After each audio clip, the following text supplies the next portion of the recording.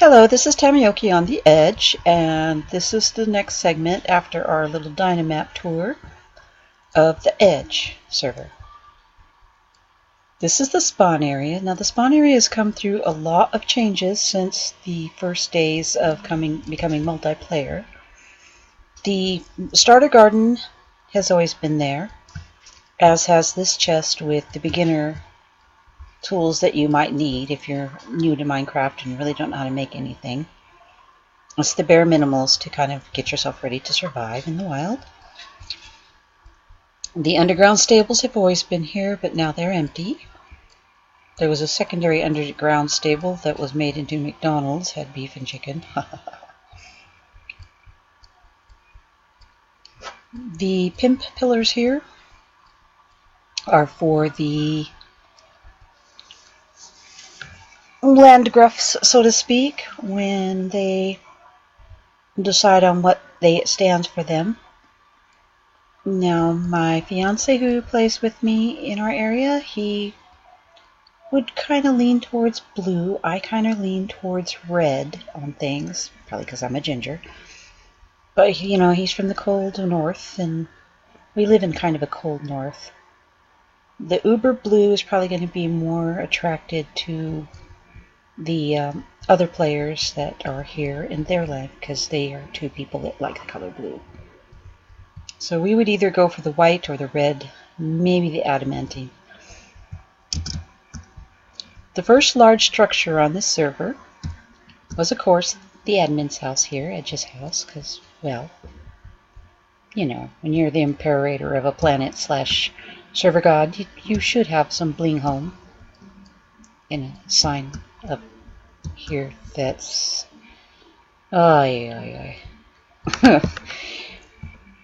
so, you know, of course, in keeping, he and his wife have a little home sweet home. Of course, now it is a little home sweet home. Once we started importing things, his son and his son's cousin built these little homes over here. One's been kind of retrofitted with the preferred thematic materials, which is acacia, nether brick, and diorite.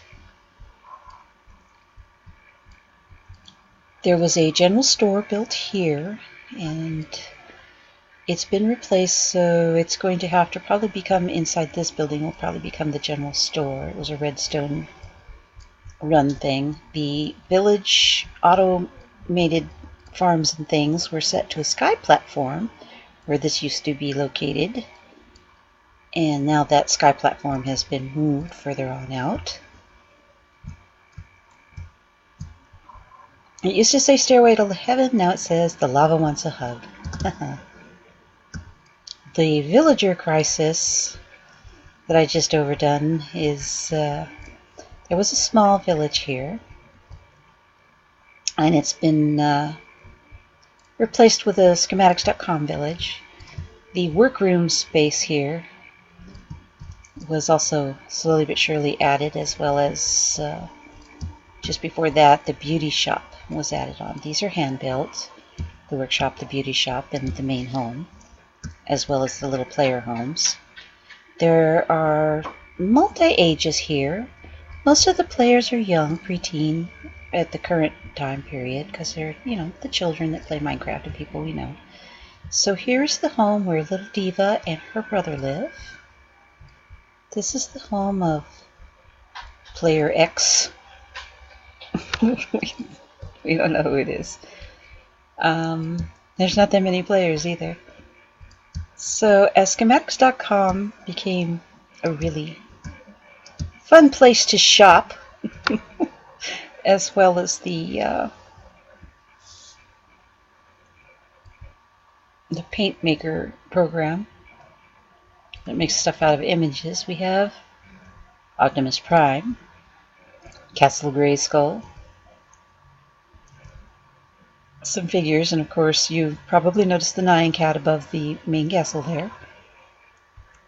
There's Voltron and a couple of other anime Japanese cartoon characters that I'm not familiar with. This imported village is maybe not as villager friendly. It's made out of actual blueprint schematics, library houses from Minecraft, like naturally generate. But the villagers are leaving in droves, and it also has a lot of dark spots at night above the homes. There's tons of zombies and things spawning inside. And the fact that there's no golems means there's a chance, even with all these doors, that there might not be any villagers left but the one I saved today.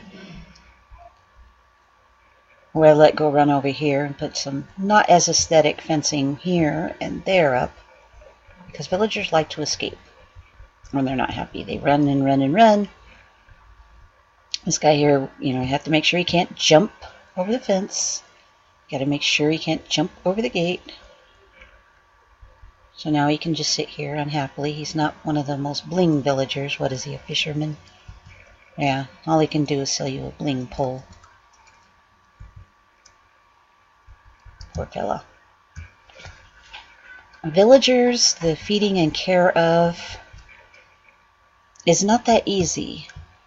I mean, even in creative, you can spawn more villagers, but that doesn't mean that when you get one killed, that the next villager is going to be the same exact skills, or even the same class. You could spawn 20 librarians, and all of them be like thorns and protection, and have 1 out of 60 be the guy with infinite 1. Fishy Joe's has a lending closet, so to speak, so you can make, well, it did have food. I guess it doesn't have food here anymore. It used to serve, well, fish.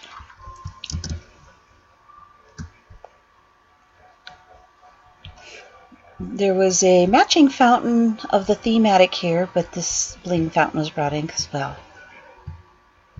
it's blingy. This was a very creative little boat dock. It must be empty right now, but when you step on the platform, it popped out a boat. Now, if you messed up the boat trying to get in it, it would pop out more boats, but these hoppers would get the materials of the broken boat. And then once you come across the strip line, it would reset for the next boat to be popped out. Muy neat. So the next player to come on, just about the time me and fiance came on, the next day came Pelty, who is a person that is known by the admin owner and myself. And she built her house here. We gave her some materials so she could build a house. He tried to put a guardian snowman out there, but she kept killing it.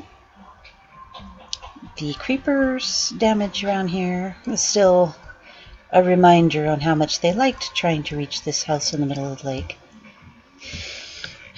Monsters. I'm building roads. I built this one in creative, where I've built most of my own in survival. It's made out of the preferred materials of the land here. The admin's land is called Avalon.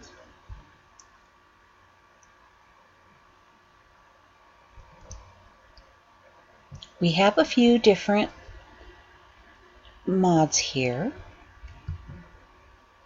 So let me just spell those out. Oh, what is it? XP shop. This is for MechMMO. And MechMMO, it does stuff. As you can see, I've not been doing a lot of anything lately. I'm not too worried about it. The more competitive folk are the ones that have the higher scores. But since I don't like to, chop too many things up or mess around too much, and the big projects I do in creative don't count for the excavation, it doesn't show as much. Let's try that again. So we have Darlus, who is our redstone guy and helps with server maintenance when he's on. He's supposed to be building a subway kind of system. And there's Pelty, because she bound to be there because she kills everything. And there's Kyle. He's bound to be there because he's digging all the time and mining. August is the person that Pelty brought from a server in a different game. There'll be much more of us someday. Edge, and there's me, because well, we're dead even. It's because we're usually doing stuff and fixing things. And then those of us that go into the creative mode a lot, of course, have gone down on where we're at. Little Diva is just not on very often. And wait a minute, these are the same person. Dawn Starchild and August Moreland are the same person. How funny. Okay, so this is my fiance, and he's not been on very often other than for the first week. Partially because he's working a lot. So, quit. Let go. McMMO stats says that I get the most in excavation and mining, and smelting, and acrobatics. Acrobatics is also called creative falling. I don't know what on earth is considered herbalism. Woodcutting, I don't do a lot of forest clearing. So, that's the McMMO stuff. I mean, you can buy stuff sort of for levels. The alchemy, is it the alchemy? I think it's the alchemy that has something really blingy, which is a home teleport. It teleports you home, your home spawn bed, which sometimes that's all you need. Well, anyway, go away stats. Shoot. This is the next extension of looking at things on the edge. Thank you for watching. I'm not really doing this for entertainment. I'm just showing off some buildings and showing off the server for future player reference, and for, you know, the changes that come up. The next portion is going to be the Lands of the Wood Wizard and the KH Fellow. And then after that, it will be My Lands of Asterion. It's called Asterion because that was the name of our supergroup in a different game, and a guild in a different game. And my fiance is often in a Minotaur skin. I am currently in a Blood Elf skin, actually. Though I didn't play very many of them. I usually played Taurens. So, thank you for watching. You don't have to click like or anything else. It's just kind of showing what kind of things can be done. This is, again, I say and remind, a 1.8.1 Spigot server so that it can use Bukkit plugins. And it has a few mods. We have World Edit, we have World Guard, we have the McMMO, we have nicknames, and there is another mod that does something with mining, but it was not having fun with the other mod plugins. We are waiting by mutual and majority consensus to get 1.8.1 compatible Minecraft Comes Alive, which is you can actually, like, you know, the villagers have attitudes, they have different skins, they all look different, they have names, stats, you can even marry one. And more creatures. Because, well, you know, even though it's Casual Survivor, it'd be nice to have more creatures, both to just kind of be wandering around and to be trying to kill you. Squids are fun, but what if a shark comes? So when that happens, it happens. I hope you guys have enjoyed. I know I have a boring voice. I have to keep it that way so that my open mic doesn't pick out upside noises. Thank you for watching. I'm Tamioki, and this was On the Edge.